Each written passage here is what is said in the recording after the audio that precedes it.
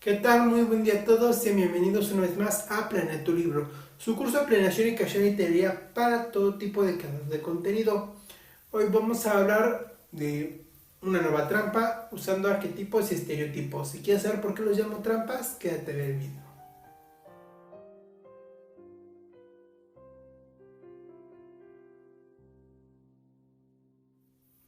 Muy bien, para empezar les recuerdo como siempre que cada que encuentro alguna información que les es de utilidad para complementar el tema, se la dejo en la descripción junto con mis redes sociales donde encontrarán varios proyectos tanto de psicología como de literatura y medicinas integrativas.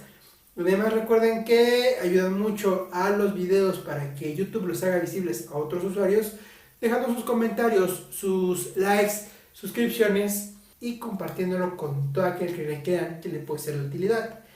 Y el día de hoy voy a decirles algo que puede ser un poco confuso para algunos, debido a que hay ciertas discusiones entre el significado de arquetipo, estereotipo y demás. Primero tengo que hablarles de lo que son los tipos y los prototipos. Los tipos tienen que ver con la función que realiza el personaje en una historia. Por ejemplo, es el amigo, el hermano, el papá, el villano, el héroe, el maestro, etcétera. Muchos creen que arquetipo y tipo es lo mismo, pero no. Realmente la función que hacen no implica cómo son. Cómo son los prototipos. Los prototipos, digamos que son características básicas que debe tener de acuerdo a su función. Pero varía. Por ejemplo, hay varios prototipos de villanos, varios prototipos de héroes. En el caso de los villanos, de hecho, te dejo una lista de reproducción que hice sobre cómo escribir villanos en la caja de descripción, donde hablo de varios de estos prototipos.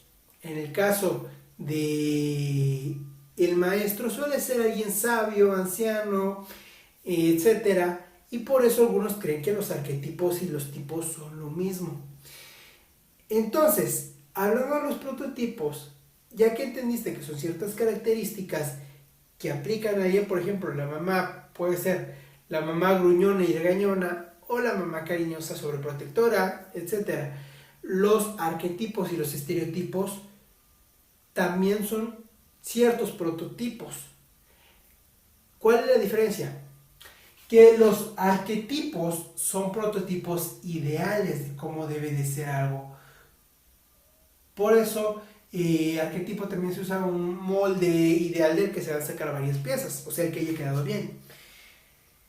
Los estereotipos son el prototipo de prejuiciosos, de características exageradas, repetitivas, molestas.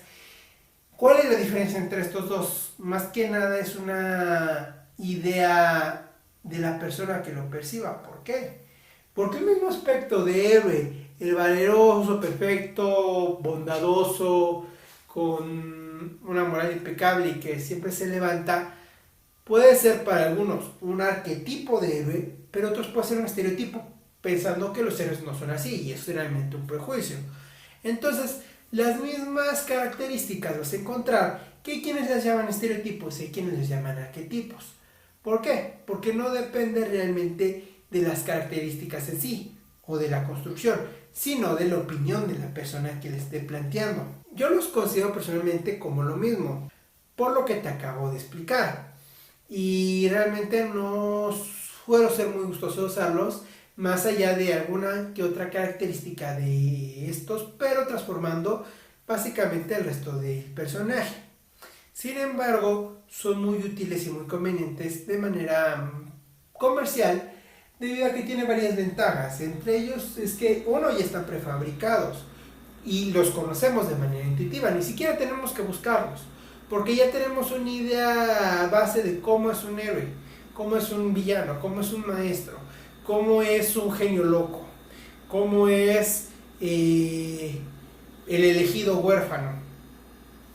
Tenemos ya ciertas ideas porque las hemos visto repetidamente. Es fácil de usar. al mismo tiempo va a estar de acuerdo con la opinión popular. ¿Por qué? Porque justamente si siguen existiendo y siguen manteniéndose de la misma forma, no es solamente porque les gusta a las personas, sino también porque piensan que los estereotipos es porque son así y los arquetipos porque así deben de ser. Entonces van a servir porque mucha gente está de acuerdo con verlos de ese modo. Y también son familiares al verlos tanto que tan solo con decirte los nombres previamente ya te imaginaste una plantilla, por así decirlo. Sin embargo, no siempre tienen que ser una plantilla, hay formas de innovarlos y usarlos como base. Recuerda que en los otros videos también hablamos de eso, cómo darles una vuelta y aprovecharlos. Y es, a partir de la plantilla que ya tienes, pues agregarle opiniones propias. Ya tienes una idea de héroe que todos presentan. Si tú no estás de acuerdo con alguno de esos aspectos, modificarlo a lo que tú creas es una forma muy fácil de irlos adecuando. Esto tal vez parezca que es tratar de promover tu opinión a los demás, pero no, simplemente el hecho de que tú creas que un héroe tal vez no tiene por qué ser valiente, ok, tú no lo hagas valiente. Entonces, eso va a servir para que ya tenga características especiales. ¿Por qué? Porque ya estamos viendo la parte de tu propia conciencia y tu propia vida implicada en esta historia. Estás poniendo tu sello. Otra es invertir características importantes. Si lo importante es que sea valiente, vamos a hacerlo cobarde. Si el villano, ok, es malo y quiere hacer el mal, vamos a hacer lo que quiera hacer el bien. Y vamos a justificar que está haciendo el mal. O sea, es un villano, pero él quiere hacer el bien. ¿Cómo? Ya es cuestión de cada uno cómo lo va a justificar. Es normal que el maestro sea un sabio, es lo importante, por eso es un maestro. Pues vamos a hacerlo un ignorante y un imbécil. Entonces, ¿cómo va a ser maestro? Solo tienes que justificarlo. Hay varias formas y depende de qué tan serio quieras hacer al respecto. La siguiente forma es fragmentarlos. Toma solo algunas características de ellos. Es lo que te mencionaba anteriormente, que es lo que yo hago. Tomo detalles, pero construyo el personaje. Pero hay dos modos, y es partir de un aspecto o unos cuantos. Por ejemplo, suele hacer el maestro el sabio que va a guiar, o quizás solamente hacer el viejito barbón, pero a partir de ello tú construyes el personaje de manera libre. Lo demás no tiene que ver con el arquetipo, sino con ideas que tú tengas en ese momento. Y la otra es mezclarlos directamente. Este ejercicio, si no mal recuerdo, lo pude ver con Lorena Amquié o con Esther G. Recuero. Escribe los arquetipos y las características que deben de tener. Recorta esos, mételos en una bolsa y toma al azar de ella.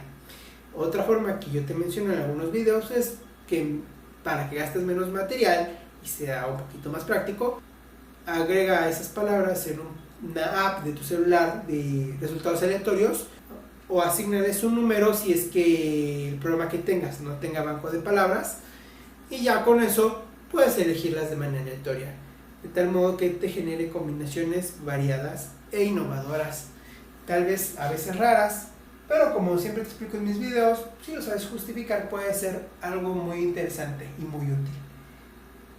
Vamos a ser simplemente descarados. Sabemos perfectamente que es un estereotipo y un arquetipo y se lo escupimos en la cara dentro de la obra. Como si es arquetípico, es algo que siempre pasa. Diciendo los personajes chistes al respecto, así de, esto es de rutina. Lo puedes ver, por ejemplo, en un evento de Spider-Man Into the Spider-Verse, donde Peter Parker de otro universo le dice, esto es de rutina. Ahora le va a decir, tienes 2 días para terminar. Eso ya te lo expliqué con los clichés, es lo mismo con los arquetipos y estereotipos. Decir que sabes perfectamente lo que está pasando y que es así.